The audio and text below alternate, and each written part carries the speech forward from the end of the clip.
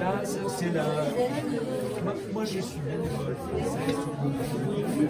L'association 100 pour un toit a été créée en 2016 pour permettre l'hébergement de personnes qui n'ont pas de droit au logement en fonction de leur situation personnelle. Donc elle repose sur des donateurs qui sont un peu fluctuants, mais environ 700. Et par ailleurs, l'association, au fil des ans, s'est développée sur divers lieux dans le département de l'Ain. C'est 100 pour un toit 01, je le rappelle. Donc nous avons une antenne sur Oyonnax, nous avons une antenne sur Ambérieu et très récemment s'est créée une antenne dans le pays de Gex. Donc l'association héberge maintenant 17 familles et par ailleurs nous avons une colocation de 4 jeunes migrants qui nous sont présentés lorsqu'une place se libère par le collectif Jeunes Migrants. Et en gros, nous permettons à 70 personnes, adultes et enfants, de ne pas être à la rue et de pouvoir envisager plus sereinement leur avenir en France. Ces derniers temps, on a eu de bonnes nouvelles. On a une famille qui vient d'être régularisée. Parmi les jeunes colocataires, 2 ont été régularisés. Et ça prouve que notre association, par son rôle, permet de mettre un terme à certaines situations qui, sans l'association, ne se seraient peut-être pas résolues. Chaque famille bénéficie de l'accompagnement de 2 personnes, du collège ou de l'association. Et l'objectif recherché, c'est de permettre leur autonomie, de choisir elles-mêmes leur destin, ce qu'elles ont envie de faire, sans interférence de notre part, mais simplement par le soutien, la présence qu'on leur apporte.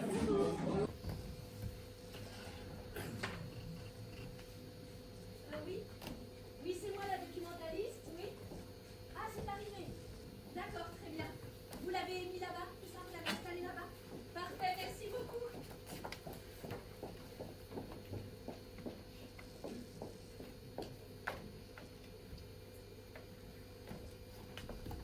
Alors, l'exil, ça s'esquisse, ça se chante, ça se raconte, ça se dessine, ça se mime, ça se joue, ça s'écrit aussi et ça se lit.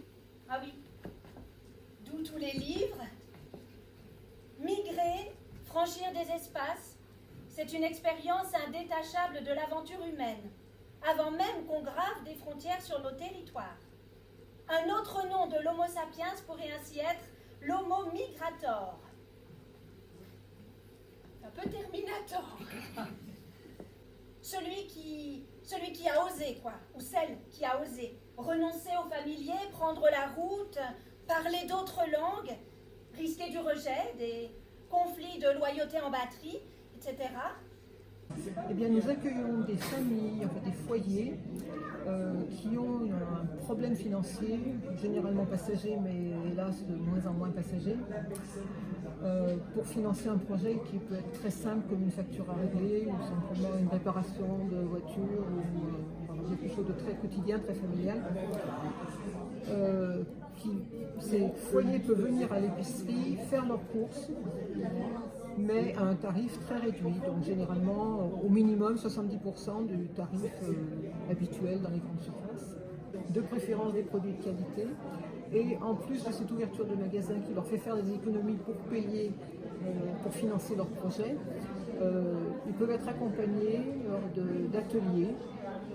Nous avons une salle d'accueil aussi, nous avons des personnes dans une CESF qui est professionnelle donc pour accueillir ces foyers. Et puis ils peuvent participer à des ateliers autour de l'alimentaire, autour du développement durable, autour de gestion de budget, autour de la santé, divers sujets. Voilà, une commission qui se réunit tous les 15 jours et qui étudie les demandes qui sont présentées. Ces foyers sont envoyés par des travailleurs sociaux. Par défaut, notre monde, c'est le centre du monde. La manière de faire qu'on a apprise, et le type de relation qu'on a connu sont les bonnes manières de faire, le bon type de relation, puisqu'ils sont la normalité. Pas étonnant dès lors que chaque peuple, à chaque époque et sous toutes les latitudes, se considère comme le centre du monde et attribue aux autres le qualificatif de barbare ou de mécréant ou de en voie de développement. Ce sont un peu des synonymes. Une des déclinaisons de l'ethnocentrisme, quand il se mêle à la loyauté, c'est l'amour inconditionnel du territoire qui nous porte, le chauvinisme.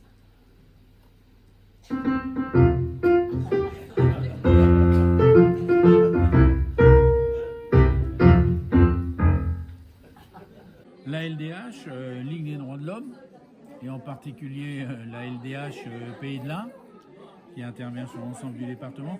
Alors, on est attaché à développer d'une manière générale le respect des droits, l'eau en général qu'on considère comme un bien commun qu'il faut défendre. Donc il y a bien deux aspects. Il y a l'aspect un petit peu environnemental sur le respect de l'eau. Alors ça touche en ce moment particulièrement l'interdiction du glyphosate, c'est-à-dire que les gens, ils ont le droit à un accès à l'eau potable. La LDH fait partie des associations qui proposent un accès gratuit par palier à l'eau qu'on considère comme un bien de première nécessité. Et éventuellement une gratuité sur les premiers mètres cubes consommés, et puis surtout éviter la gabegie de l'eau, et en particulier de l'eau potable. Les autres domaines, alors c'est systématiquement tout l'accès au droit. Alors on n'est pas les seuls à se battre pour l'accès au droit, puisqu'il y a un comité départemental de l'accès au droit. Donc, là on vient de voir, ça passe par l'eau, mais il y a un accès aussi à l'éducation. Il y a quelque chose dont on parle pas tout le temps, mais c'est l'accès aux droits les plus fondamentaux. Par exemple, pas loin d'un tiers de personnes qui seraient éligibles au RSA et qui ne le demandent pas parce que c'est trop compliqué de le demander. Et puis bien sûr, l'autre domaine d'intervention de la LDH, c'est sur les discriminations. On ne voyage pas pour se garnir d'exotisme et d'anecdotes comme un sapin de Noël, mais pour que la route vous plume, vous rince, vous rende comme ces serviettes élimées par les lessives qu'on vous tend avec un éclat de savon dans les bordels. Le voyage fournit des occasions de s'ébrouer, mais pas comme on le croyait, la liberté. Il fait plutôt éprouver une sorte de réduction. Privé de son cadre habituel, dépouillé de ses habitudes, comme d'un volumineux emballage, le voyageur se trouve ramené à de plus humbles proportions, plus ouvert aussi à la curiosité, à l'intuition, au coup de foudre.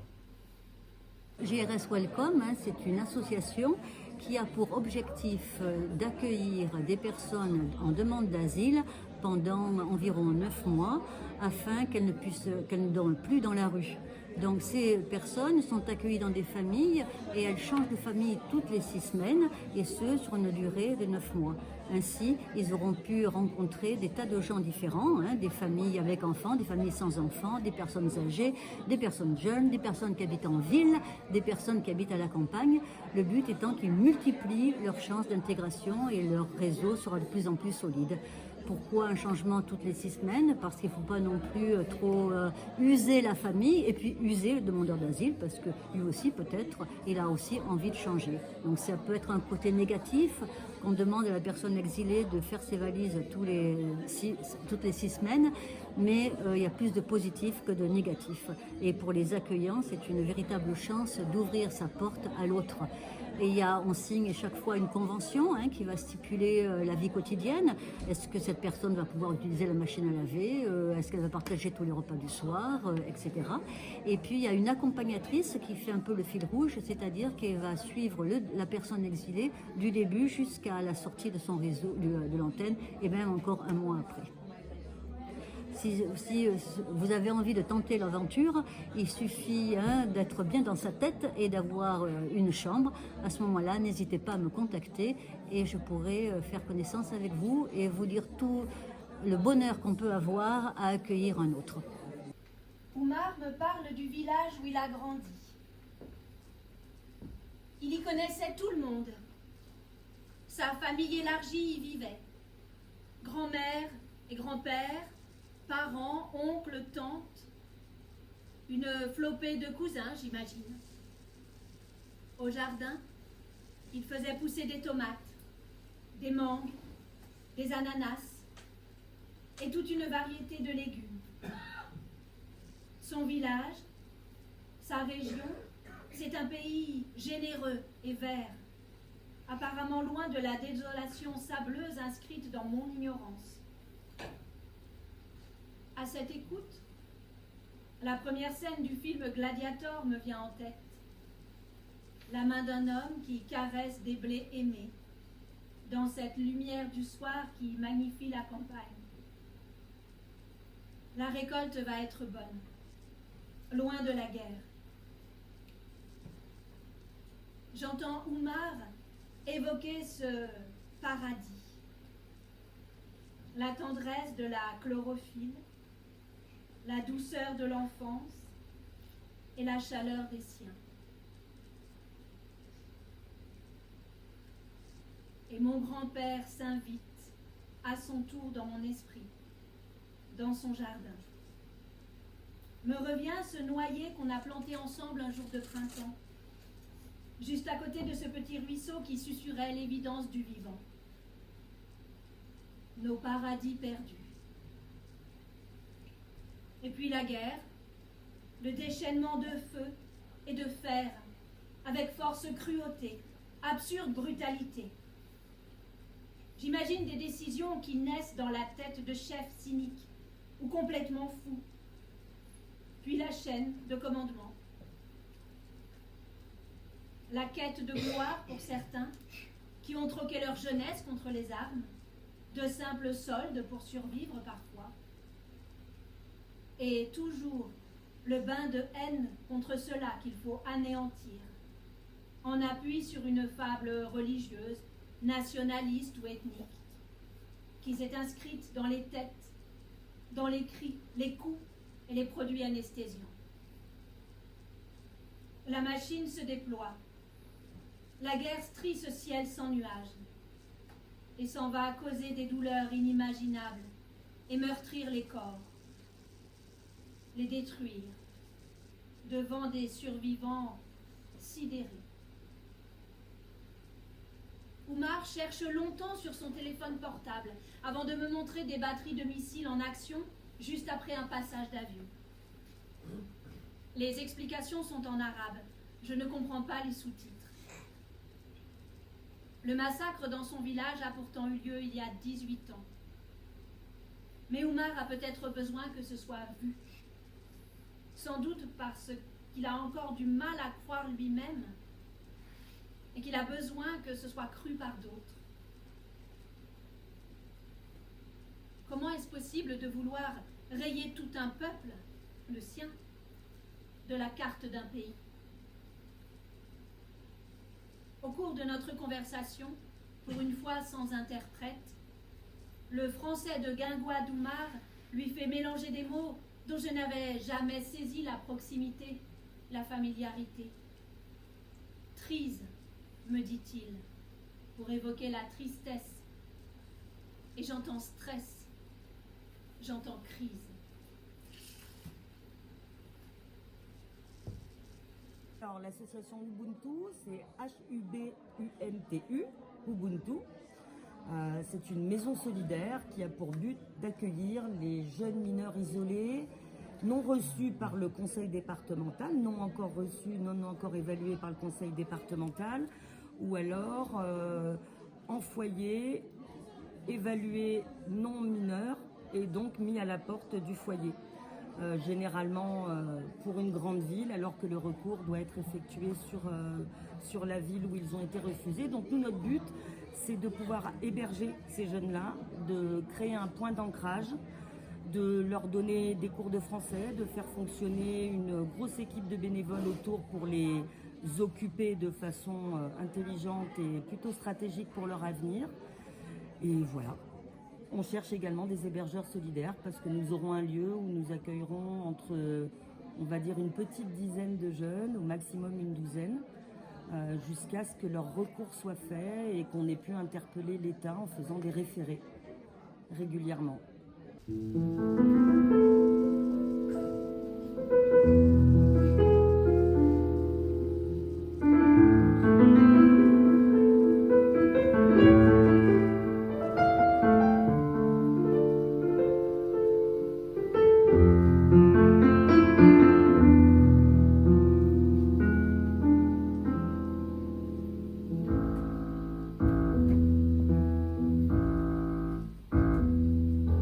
Ce que j'oublierai, c'est ma vie entière.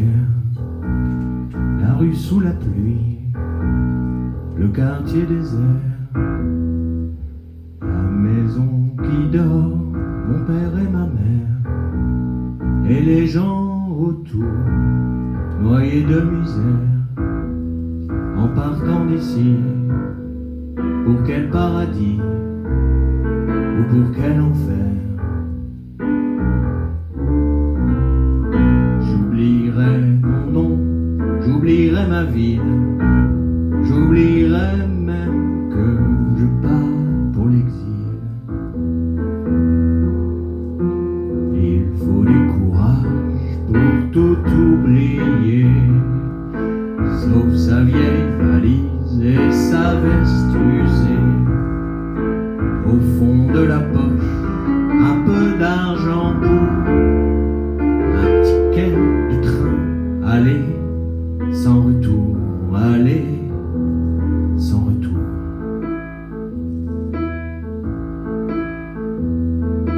J'oublierai cette heure où je crois mourir. Tous autour de moi se forcent à sourire. L'ami qui plaisante, celui qui soupire.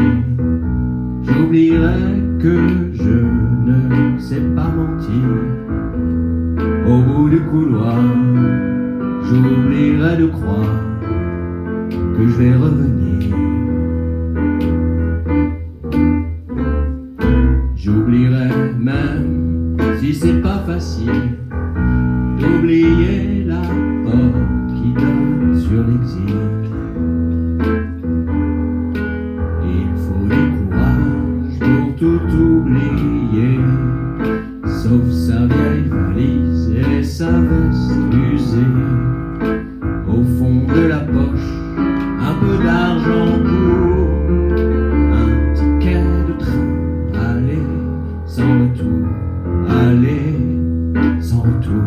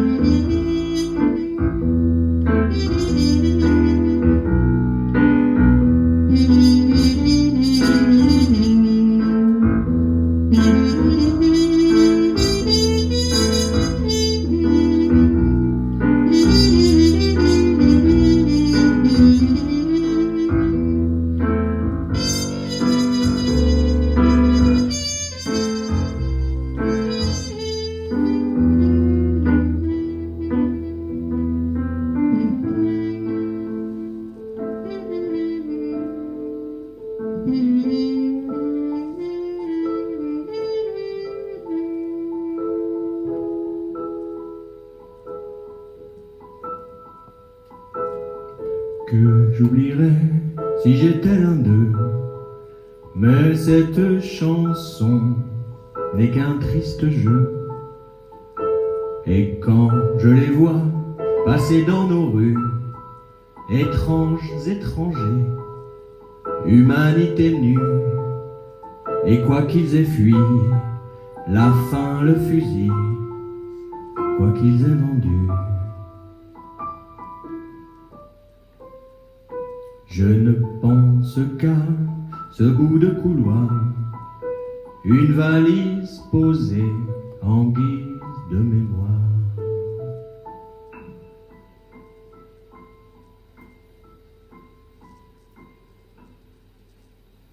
L'ASDA, donc c'est Aide Solidarité envers les demandeurs d'asile. Donc c'est une association qui s'est créée en 2005 pour aider les demandeurs d'asile dans leur recours principalement auprès de la CNDA. Quand une personne s'est vue déboutée de son droit d'asile auprès de l'OFPRA, l'Office français de protection des réfugiés et apatrides, eh bien, elle a droit à déposer un recours auprès de la Cour nationale du droit d'asile.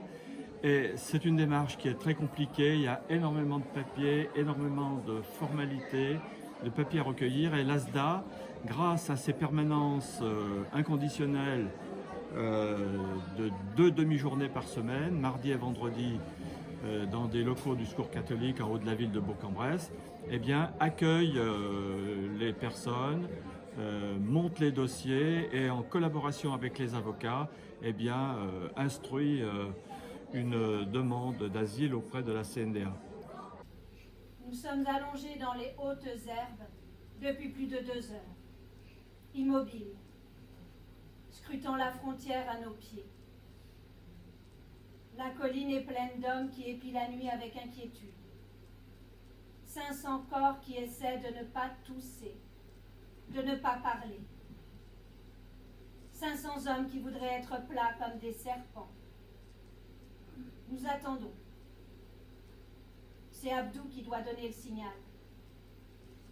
Il est à peu près 2 heures du matin, peut-être plus. À nos pieds, nous distinguons les hauts barbelés. Il y a 2 enceintes. Entre les deux, un chemin de terre où patrouillent les policiers espagnols. Il va falloir escalader 2 fois. Chacun scrute ses fils entortillés en essayant de repérer un endroit plus propice à l'assaut. C'est si près. Nous sommes à quelques mètres de notre vie rêvée. Un oiseau ne mettrait pas 1 minute à franchir la frontière. C'est là, à portée de main. Les policiers espagnols ne sont pas très nombreux, 1 vingtaine à peine. Mais le long de la première barrière, il y a aussi des postes marocains. Combien d'entre nous vont passer? Qui réussira et qui échouera? Nous n'osons pas nous regarder les uns les autres, mais nous savons bien que tout se joue maintenant et que tout le monde ne passera pas. Cela fait partie du plan. Il faut que certains échouent pour que les autres passent. Il faut que les policiers soient occupés à maîtriser des corps pour que le reste de notre bande soit libre de courir. Je me demande ce que je vais devenir. Dans quelques heures peut-être, je serai en Espagne. Le voyage prendra fin. J'aurai réussi. Je suis à quelques heures, à quelques mètres du bonheur, tendu dans l'attente comme un chien aux aguets. Tout à coup, j'entends Boubacar s'approcher de moi et me murmurer à l'oreille: Quand nous courrons, Suleiman, promets-moi de courir le plus vite possible. Ne t'occupe que de toi. Promets-le-moi. Je ne réponds pas. Je comprends ce que me dit Boubacar. Il me demande de ne pas me soucier de lui, de ne pas l'attendre ou l'aider, d'oublier sa jambe tordue qui l'empêchera d'avancer. Boubacar me demande de ne pas regarder ceux qui courent à mes côtés, de ne penser qu'à moi. Et tant pis pour ceux qui chutent, tant pis pour ceux qu'on attrape. Je dois me concentrer sur mon souffle. C'est cela que veut Boubacar. Comme je n'ai toujours pas répondu, il me pince dans la nuit en répétant avec insistance: Promets-le-moi, Suleiman. Il n'y a que comme ça que tu passeras. Je ne veux pas, répondra Boubacar. Nous allons courir comme des bêtes et cela me répugne. Nous allons oublier les visages de ceux avec qui nous avons partagé nos nuits et nos repas depuis 6 mois.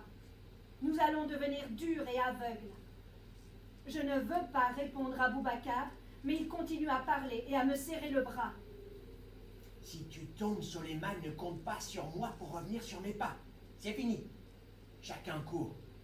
Nous sommes seuls, tu m'entends? Tu dois courir seul. Promets-le-moi.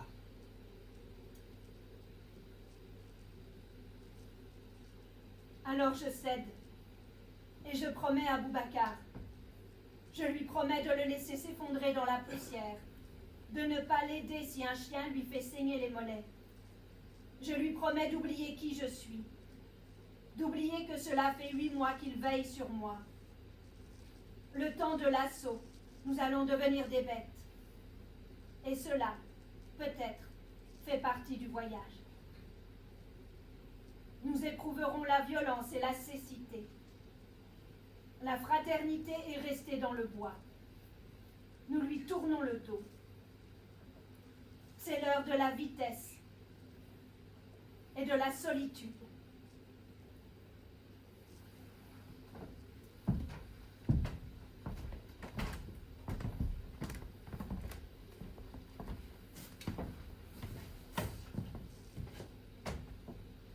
Réseau Éducation sans frontières de l'Ain 01, parce qu'en fait c'est un réseau qui est national.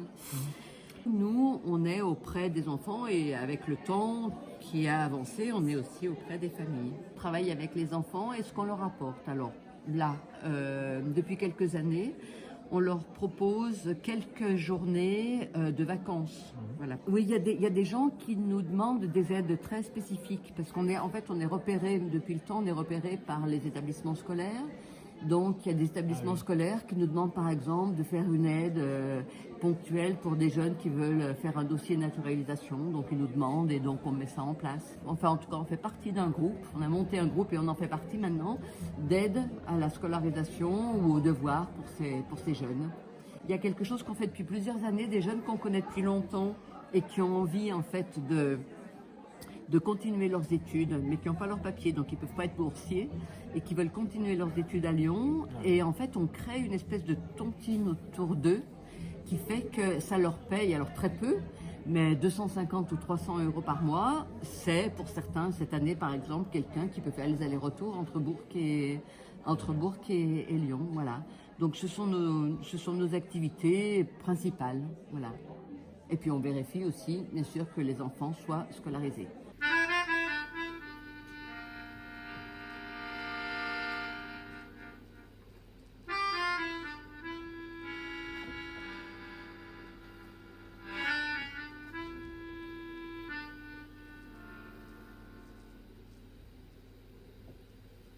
Rangez vos regards suppliants, nos chefs seront contents. Vous aurez le temps de pleurer vos mères dans les cales du Charter. Et vous là-bas, n'essayez pas de fuir. Vous croyez quoi, qu'on peut nous envahir? Et vous là-bas, rappelez-vous les frontières. Vous croyez quoi, qu'on vous prend pour des frères? Vous pouvez toujours les réclamer, vos droits de l'homiste enragés. Ils n'en auront plus pour longtemps, c'est les idées d'avant. Et vous là-bas, n'essayez pas de fuir. Vous croyez quoi, qu'on peut nous envahir? Et vous là-bas, rappelez-vous les frontières. Vous croyez quoi, qu'on vous prend pour des frères?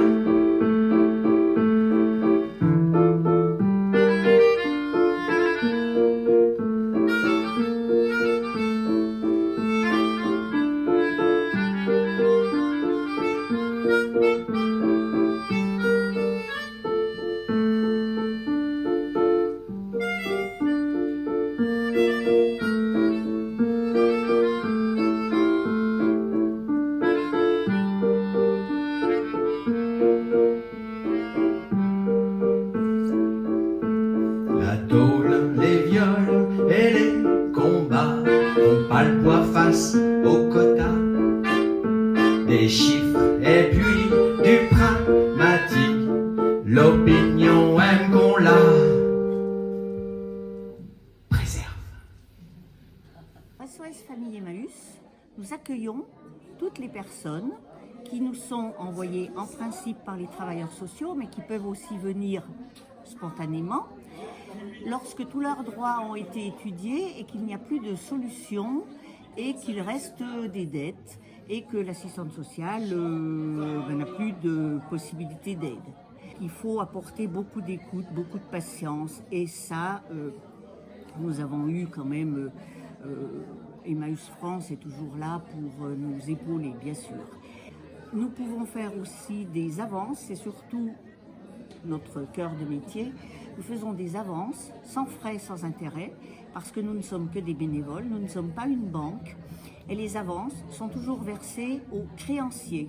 Elles concernent des dettes de fluides, de logement, caution, formation, beaucoup de réparation de véhicules et d'achat de véhicules, parce que nous sommes dans un département rural, où les entreprises commencent très tôt le matin et où malheureusement nous n'avons pas assez de covoiturage ou de transport en commun.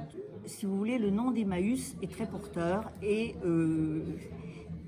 nous obtenons souvent des bons résultats. Nous travaillons beaucoup en partenariat avec l'épicerie solidaire, avec le Secours populaire, avec le CCS de la ville de Bourg et toutes les associations humanitaire. Et je rappelle aussi que notre groupe de soutien est la communauté de Servas. Lily, mais vous aussi vous la connaissez, l'amie de Pierre? Bah oui, elle était plutôt jolie, Lily. Elle arrivait des Somalies, Lily, dans un bateau plein d'immigrés qui venaient tous de leur plein gré vider les poubelles à Paris.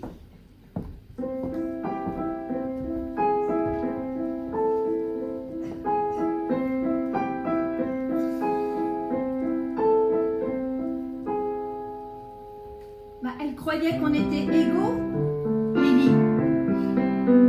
Au pays de Voltaire et d'Hugo, Lily.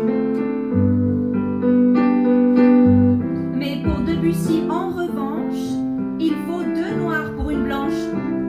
Ça fait un sacré distinguo. Elle aimait tant la liberté, Lily.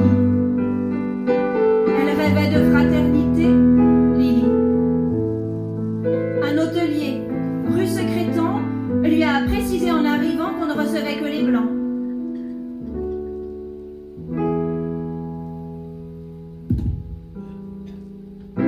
Elle a déchargé des cajots, Lily. Elle s'est tapé les sales boulots, Lily. Elle crie pour vendre des choux-fleurs dans la rue, ses frères de couleur l'accompagnent au marteau-piqueur. Et quand on l'appelait Blanche-Neige, Lily, elle se laissait plus prendre au piège, Lily. Elle trouvait ça très amusant, même s'il fallait serrer les dents, ils auraient été trop contents. Elle aimait un beau blond frisé, Lily, qui était tout près de l'épouser, Lily. Mais la belle famille lui dit: Ah, nous ne sommes pas racistes pour dessous, hein, mais on ne veut pas de ça chez nous.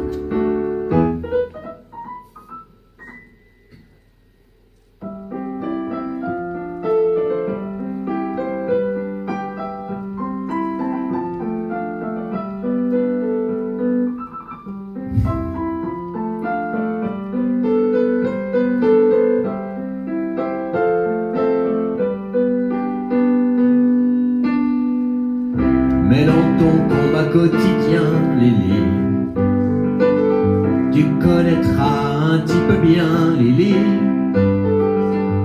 Et l'enfant qui naîtra un jour aura la couleur de l'amour, contre laquelle on ne peut rien. On la trouvait plutôt jolie, Lily. Elle arrivait des Somalies, Lily.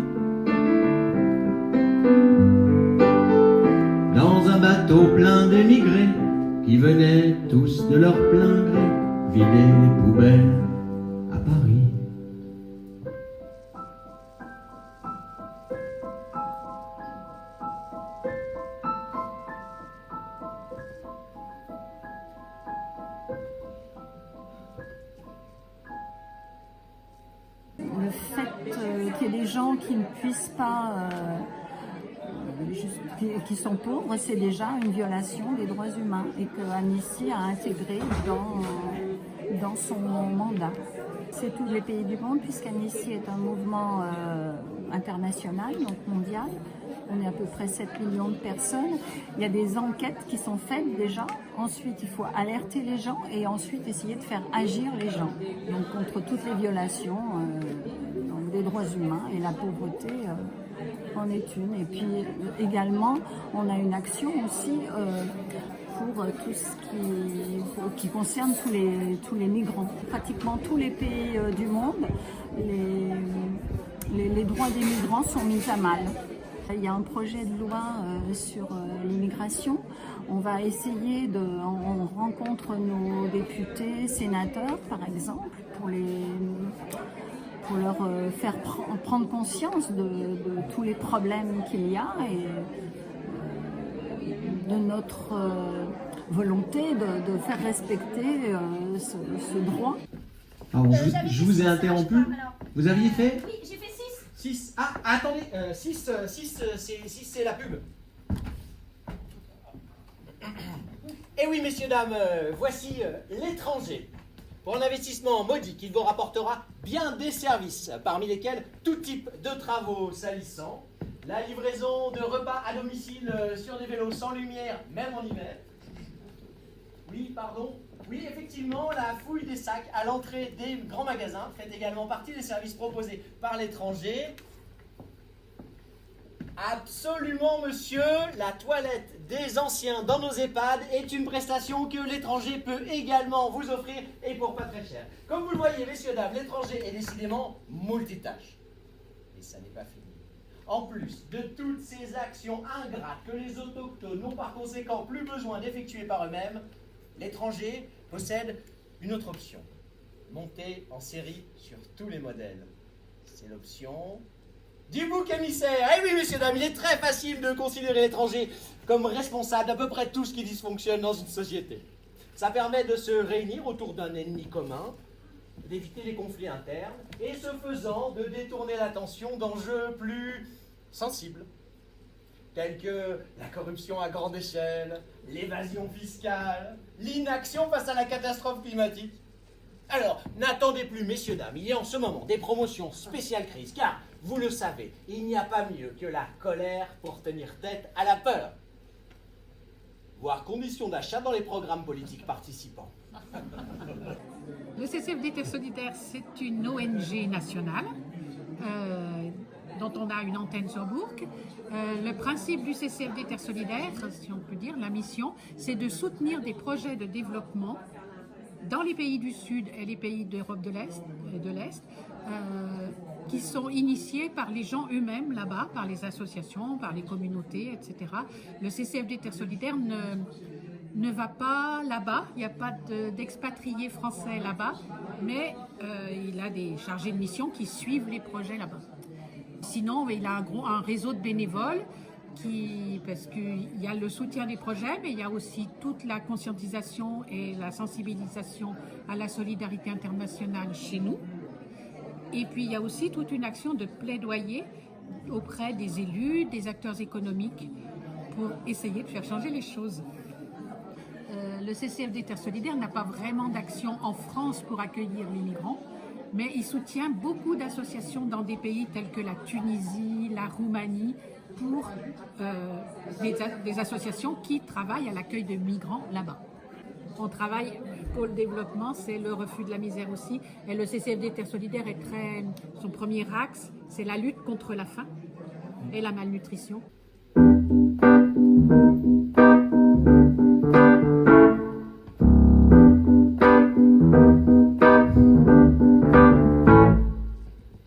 L'identité, un arbre dont les branches dépassent. L'élagage est tentant si tu veux que ça passe. Ou alors tu te dresses érigé par la rage, tu étales l'encre chaude coulant de ton héritage.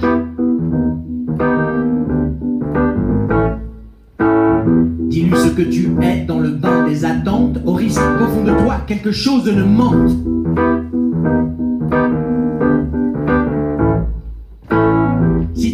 deviens cible, en feras-tu une armure? Si ça devient impossible, te changeras-tu en mur?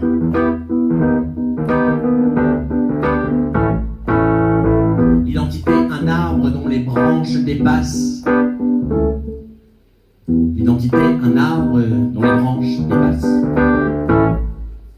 L'identité, un arbre dont les branches dépassent. En tant qu'acteur de lutte contre la pauvreté et puis surtout pour la dignité humaine, toutes les solutions qui peuvent s'imaginer pour sortir des gens de la rue, Emmaüs contribue à sa mesure dans ce type d'initiative. C'est une évidence. Oui.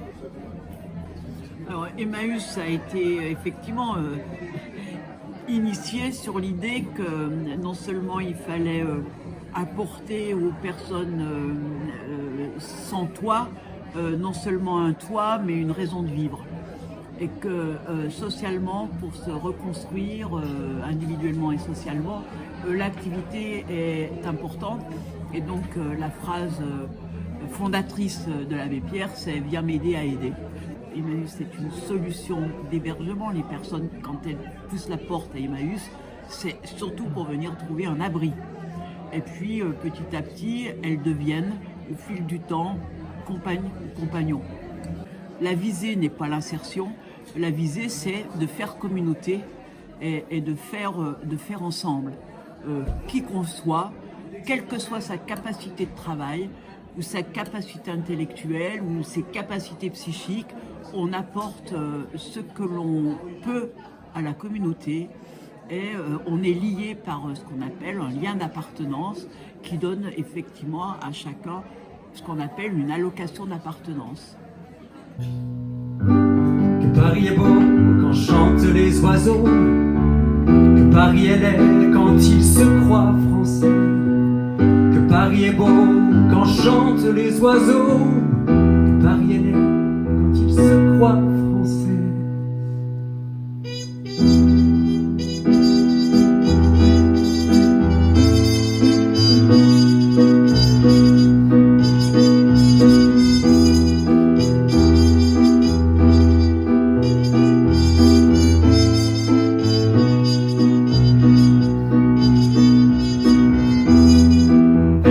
Champs de tir et tous ces fous du tir, ils visent pas que les lapins. C'est plus du gros sel, c'est des tomahawks ou des missiles solaires ou des scuds et quelques dommages collatéraux. Et moi, avec mon pistolet à bouchon, je pars au front.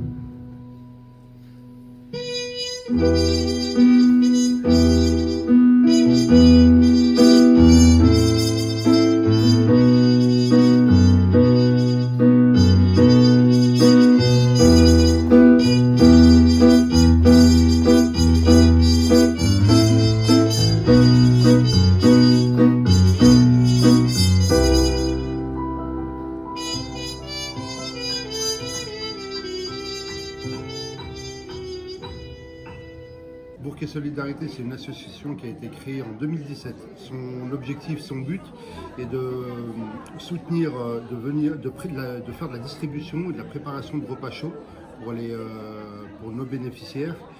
On se donne rendez-vous tous les dimanches soirs sur la petite halle du marché couvert, et l'objectif c'est de partager un repas de manière conviviale à emporter depuis la crise du Covid. On sert entre 80 et 100 repas tous les dimanches soirs à nos bénéficiaires. Donc tout est fait maison, c'est des repas chauds. Alors initialement en fait on faisait appel aux mamans qui voulaient bien préparer chacune de leur côté un repas. Là maintenant on est un petit peu plus structuré, on fait des achats de marchandises, de produits frais, et c'est cuisiné le dimanche par un de nos bénévoles qui est plutôt dans le métier, qui est traiteur de profession, et son objectif en fait c'est de préparer le dimanche soir tous ces repas qu'il livre sur site. C'est en constante augmentation. Là, on a repris la première distribution après la trêve estivale. On était aux alentours de 70. Là, le dernier week-end, on n'était pas loin de 100 repas. Pendant une période, on a fait aussi de la distribution de colis alimentaires tous les 15 jours. On a dû faire une pause parce qu'en fait, on manquait de bénévoles disponibles en semaine pour faire les ramasses à la banque alimentaire. Mais par contre, on sent que c'est un besoin, une demande qui progresse. On ne sait pas si on va reprendre encore cette partie-là. Pour l'instant, on reste focalisé sur la distribution du repas chaud tous les dimanches. Paris sera beau, chantera les oiseaux. Paris sera beau si les oiseaux, mais non. Paris sera beau car les oiseaux. Allez, Paris sera beau.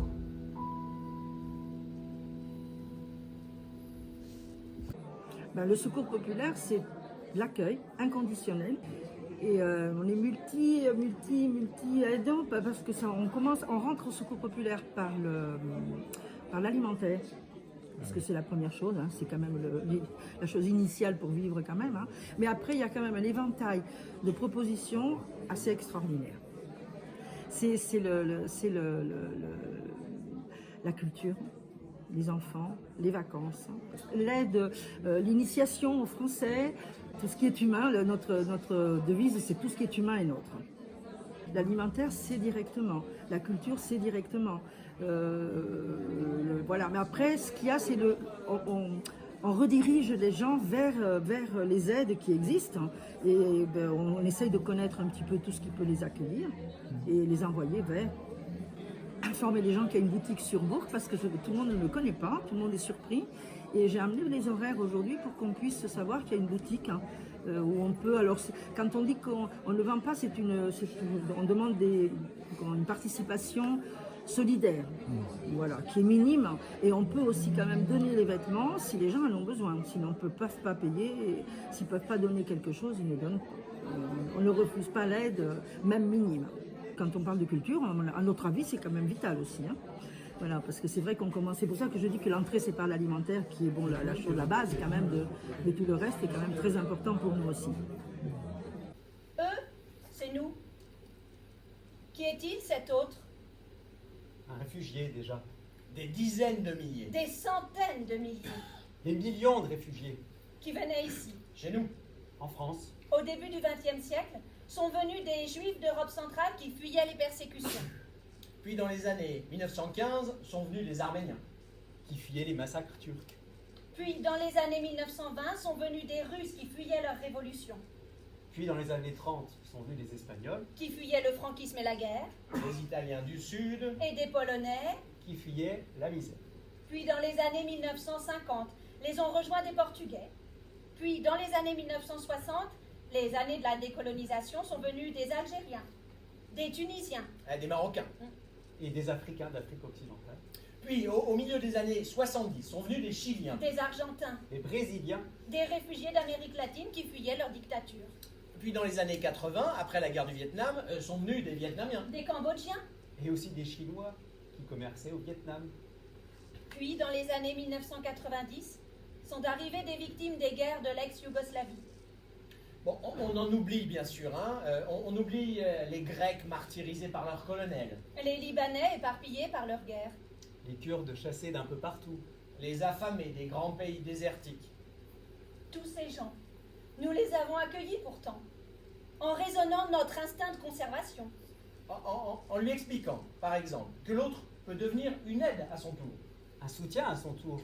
Un Français à son tour. Et ce sont eux, tous ces réfugiés du XXe siècle, jugés chaque fois trop nombreux, qui font, avec nous, la France d'aujourd'hui, comme les réfugiés d'aujourd'hui feront, avec nous, la France de demain.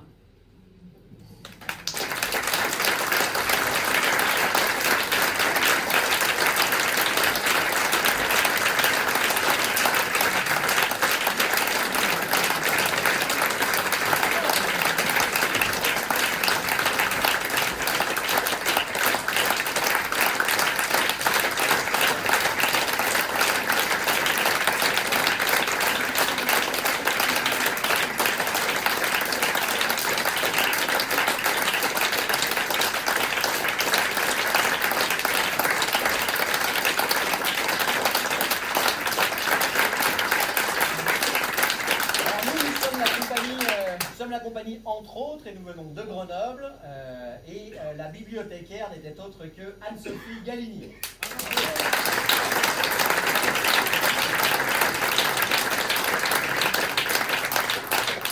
Au piano, c'était Benoît Soudan. Et au mélodica, et à la lecture. Et au tricotage, montage de texte, à la trompette, au chant et au piano, Olivier Davier. À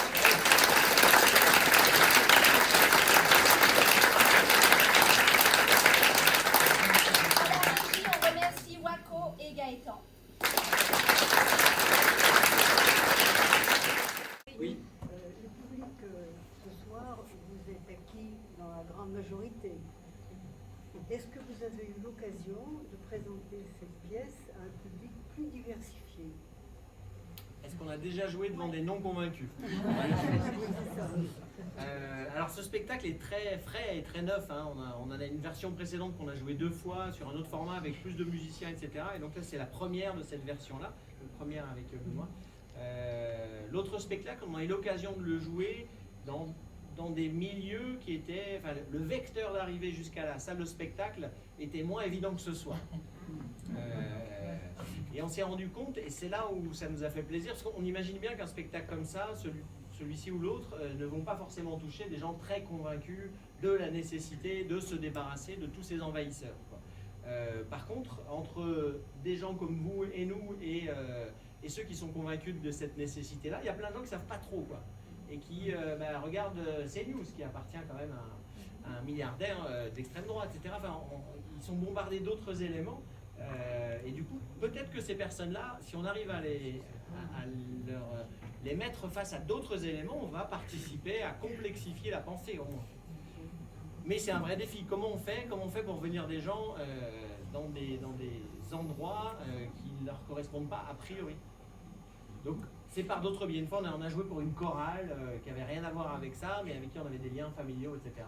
Et du coup, il y a des gens qui venaient parce que c'était la chorale, parce que c'était le copain qui organisait, etc. Bon, ils ont été un peu surpris, certains. Par contre, ce qui nous a fait grandement plaisir, c'est que certains ont été très touchés, non pas par les Congolais qu'ils ne connaissent pas, mais par leur propre parcours de la campagne à la ville, ou par la venue du Portugal de leur grand-père ou de leur grand-mère. Enfin, et c'est un peu ce qu'on essaye de faire dans les deux œuvres, là, dans les 2 travaux, c'est de ne pas radicaliser l'altérité, parce que c'est un peu la figure de l'altérité radicale, celui qu'on appelle le migrant aujourd'hui, qui arrive avec plus rien, traumatisé par la guerre, etc., qui n'a pas la bonne couleur de peau, etc. Mais ces mouvements-là, on le dit par l'exemple d'Annie Ernaux, par d'autres lectures qu'on a faites, etc., mais ces changements de monde, on est un peu tous concernés. Et passer par ce biais-là, ça peut être une manière de dire, peut-être que j'ai quelque chose à voir avec ceux qui sont en train de se réorganiser de leur identité, qui sont en train d'être en conflit de loyauté avec le pays, qui sont en train de mettre en avant ce qu'ils étaient là-bas contre ici, ou à l'inverse, de complètement faire disparaître ce qu'ils étaient là-bas parce qu'ils veulent être super adaptés ici.